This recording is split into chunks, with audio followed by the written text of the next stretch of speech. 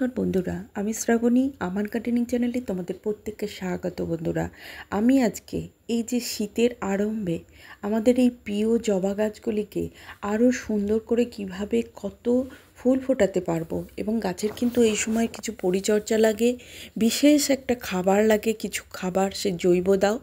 আমি তো জৈবতেই থাকি, তাই রাসায়নিক অতটা ব্যবহার করি না গাছে, খুব কম শীতের গাছে করা হয়, তবে সেগুলো সিজনাল ফুলে।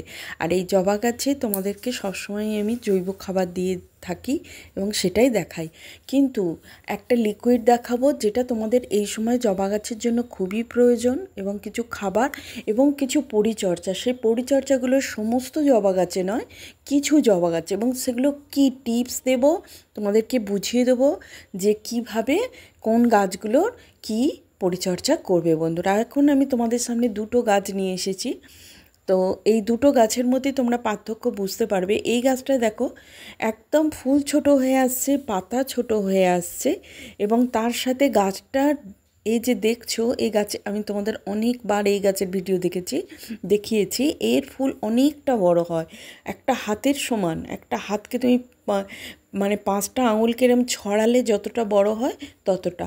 কিন্তু আজকে গাছটা এতটা ফুল দিতে দিতে মানে অনেকটাই গাছটা দেখছো রোদি বলি যেটা না, সেরকম হয়ে গেছে। তো এরকম তোমাদের যদি জবা গাছের অবস্থা এসে থাকে, সেই সময় তোমরা কীভাবে সেই গাছে প্রচুর পরিমাণে ফুল ফোটাবে তার পরিচর্যা তোমাদেরকে আজকে দেখিয়ে দেবো প্রতিটা ধাপে ধাপে, এবং টিপস সমেত তোমরা বুঝতে পারবে। কারণ আমরা রিপোর্টিং করব সেই ফেব্রুয়ারিতে, তার আগে এই 3 মাস যে আমাদের হাতে আছে, গাছে আমাদের এই সময় গাছে ফুল চাই। তো সে কী করলে এই যে গাছগুলি তোমাদের ফুল আসছে না, সেই গাছগুলি তোমরা ফুল পাবে। বন্ধুরা, প্রথমেই বলবো যে গাছটার যে ডালগুলো তোমরা দেখছো, দুটো গাছ দেখো, এই গাছটা একেবারে পাতা চকচক করছে, এবং আমি এর মাটি খুঁড়েও দেখিয়ে দিচ্ছি। এই গাছটা দেখো, মাটি দেখো, ওপরে কিন্তু শিকড় আসেনি, আর এর যে করলাম মাটিটা, এর কিন্তু অনেকটা উপরে শিকড় এসে গেছে। কিন্তু জবা গাছের যেহেতু ফিডার রুট উপরেই থাকে, তা হলেও যখন শিকড় ওপরে অনেকটা জাম হয়ে আসে, সেক্ষেত্রে কিন্তু গাছের উপরের কিছু অংশের মাটি বদলে দিতে হয়। সেই অংশে আমি তোমাদের পরে আসছি। কিন্তু এই গাছটিকে দেখো, গাছের এই যে ভোঁতা ডালগুলো, এইগুলোই টিপস। এই ভোঁতা ডালগুলো সব পুনিং যেটা, সেটা কিন্তু কিছুটা একটা গাঁটের যে সমান অংশ হয়, সেই অংশগুলো দেখে দেখে প্রতিটা ডগ থেকে তোমাদের কিন্তু কেটে বাদ দিতে হবে। এটাই হলো প্রথম টিপস। বন্ধুরা দেখো, আমি সেটা দেখিয়ে দিচ্ছি ভিডিওর মাধ্যমে তোমাদেরকে। এই যে দেখাচ্ছি, যে দেখো মাথাটা যে ডগের একদম মাথাটা, প্রতিটা ডগের মাথা কিন্তু পাতাগুলো কুঁচকিয়ে এসেছে। হ্যাঁ, এতে এই ডগগুলো কেটে কিন্তু তোমাদের ফাঙ্গিসাইড অবশ্যই দিতে হবে, এবং তারপর কিন্তু বিকালের দিকে যে কোনো একটা কীটনাশক তোমাদের স্প্রে করতে হবে। সে জৈব হোক বা রাসায়নিক বা তুমি ঘরোয়া, যেটা যে জানো। সে রসুনকে পেস্ট করে তাকে ছেঁকে সেই যে জলটা হয়, সেই জলটা স্প্রে করতে পারো গাছে। কিন্তু এটা তোমাদের দ্বিতীয় টিপস। এবার তোমরা এই যে মাটিটা দেখো, পুরো এইটা হাতের, যেটা যদি ওটা 10 ইঞ্চি বা 8 ইঞ্চি টব হয়, অর্ধেকটা তোমরা এরকম শিকড়ে আঘাত না লাগিয়ে একদম টবের ধার বরাবর সমস্ত মাটি কিন্তু তোমাদের ফেলে দিতে হবে। সেই মাটিটা তোমরা রেখে দাও। মাটিটা এবার অন্য একটা ভালো মাটি নিয়ে, এবং তার মধ্যে কি দিয়ে তুমি সেই মাটিটা আবার গোড়ায় দেবে, যাতে তোমার গাছ আবার নতুন খাবার পেয়ে, নতুন মাটি পেয়ে, ওই যে ডগগুলো কাটলে তার নতুন শাখা তৈরি করবে। আর প্রতি শাখা দেখো, আর ওই গাছটা আমি দেখিয়ে দিচ্ছি একদম নিচের গোড়া থেকে। দেখো, যদি কোনো ডগ বার হয়, সেক্ষেত্রে কিন্তু কেটে ফেলে দেবে। এটাও কিন্তু আর একটা টিপস।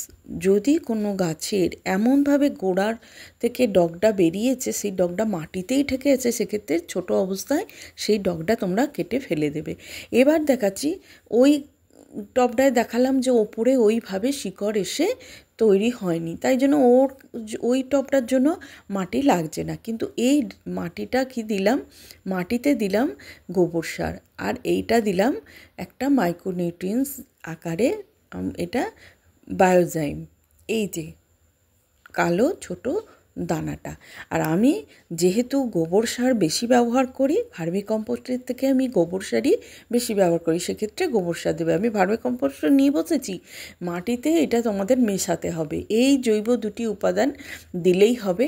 তবে এক্ষেত্রে আমি নিমখোলটা ভুলে গেছি, নিয়ে বসেছি, তবে তোমাদের এই ভিডিওর মাধ্যমে আমি দেখিয়ে দেবো যে নিমখোলও তোমরা 1 চামচ বা হাফ চামচ এটা দিতে পারো। ওই যে গর্তটা তৈরি করলে সেই গর্তটা সম্পূর্ণ তোমাদের এই মিশ্রণ, মাটির যে মিশ্রণটা, যে এতটা গোবর সার বেশি করে মাটিতে মিশিয়ে আর মাইক্রোনিউট্রিয়েন্টস মিশিয়ে গোড়াটা ভর্তি করে দিলে। এইবার বন্ধুরা একটা লিকুইডের কথা বলবো, যে লিকুইডটা তোমার গাছে প্রাণ এনে দেবে। দেখো আমি নিমখোলটা ভুলে গেছিলাম, নিমখোলটা মিশিয়ে দিচ্ছি, ওপরেই দিয়ে দিলাম চামচ, হাফ চামচ বা 1 চামচ দিতে পারো। এই ক্ষেত্রে বন্ধুরা এই যে লিকুইডটা দেখাচ্ছি, এটা সপ্তাহে 2 দিন দাও বা 1 দিন দাও, দিতেই হবে। তবে তোমার গাছ কিন্তু প্রাণবন্ত, আরও সবুজ সতেজ হয়ে প্রতি যে ডগটা কাটলে সেই ডগে আবার নতুন করে কুঁড়ি এবং সবুজ পাতা নিয়ে চলে আসবে বন্ধুরা। এই ক্ষেত্রে এটা ভেজানো আছে কমলালেবুর খোসা আর পাকা কলার খোসা বন্ধুরা। 2 কি 3 দিন ভেজালেই হবে বন্ধুরা। এবার যেহেতু আমি খোসা সরিয়ে দিচ্ছি, খোসা, এবং শুধু এই অমৃত জলটা রাখছি, তার সাথে দেখাচ্ছি, দেখো এই যে ফিটকিরি, এইটাই তোমার গাছে এই যে এত বৃষ্টি হয়েছে বন্ধুরা, সেই বৃষ্টিতে মাটিতে অ্যালকালাইন, এই যে আমাদের গাছের দরকার যে খাবারগুলো, সেটা কিন্তু তুমি এইখান থেকেই পেয়ে যাবে। এই তরলটা দিয়েই তৈরি হচ্ছে, যে মাটির পিএইচ লেভেলটা ঠিক রাখছে। এই যে দিয়ে দিলাম, তুমি 1 ঘন্টা ভেজালেই তোমাদের 1 টুকরো, ছোট্ট 1 টুকরো নাও, এটা বড়টা ভিজিয়েছি, 1 ঘন্টা ভিজিয়েছি, যতটা দরকার আমার ততটা ভিজে গেছে মগের মধ্যে, সেই জলটা মিশিয়ে দিলাম, তার সাথে আমি প্লেন জল মেশালাম। তোমরাও অবশ্যই এই রকম মানে রেশিওতে তোমরা জলটা মেশাবে। যেহেতু ওইটা 1 মগ ছিল, তার সাথে হাফ মগ দেখলে যে ফিটকিরি মেশানো জলটা দিলাম, এবং পরিষ্কার জল যেটা প্লেন জল সেটা 2 মগ দিলাম। আর এটা ভার্মি কম্পোস্ট এবং গোবর সার দুটোই আছে অন্য একটা টবে, যে টবের মাটি আমি দিইনি, সেটা শুধুমাত্র দিলাম এই শীতের আগে সলিড খাবার, ওইটা যে গোবর সার এবং মাইক্রোনিউট্রিয়েন্টস দিয়ে দিলাম। পাশের টবটা, দুটো গাছ তোমাদের দুরকমভাবে আমি বলে দিচ্ছি, যেটা পুরনো গাছ ছিল আর ও গাছটা নতুন, ওই জন্য ওর ফিডার রুট অতটা উপরে উঠে আসতে পারেনি। আর এর ফিডার রুটটা, যেটা পুরনো গাছ তোমাদের লাল ফুলের দেখাচ্ছে, তার কিন্তু ফিডার রুট ওপরে চলে এসেছে, ওই জন্য ওই রকম ওর পরিচর্যা। তাহলে বন্ধুরা তোমরা বুঝতে তোমাদের এতটুকু অসুবিধে হলো না। ভিডিওটা মনোযোগ সহকারে দেখো, তোমাদের কিন্তু এই সময় গাছ একটা শুকিয়ে যাওয়ার শীতে প্রবণতা আসে, সেটা আসবে না এই খাবারগুলি যদি তোমরা ব্যবহার করো, এবং গাছের সতেজ থাকবে, গাছকে আরও ফুল, যেটা আমরা শীতকালে ফুলের এত ডিপ কালার পাই, আরও আমাদের ভালো লাগে জবাতে, সেটা তোমরা কিন্তু পাবে এই খাবারগুলো দিলেই বন্ধুরা। এইভাবে পরিচর্যা করলে তোমার গাছও আরও সতেজ, আরও প্রাণবন্ত, আরও ফুলে ভরে যাবে বন্ধুরা।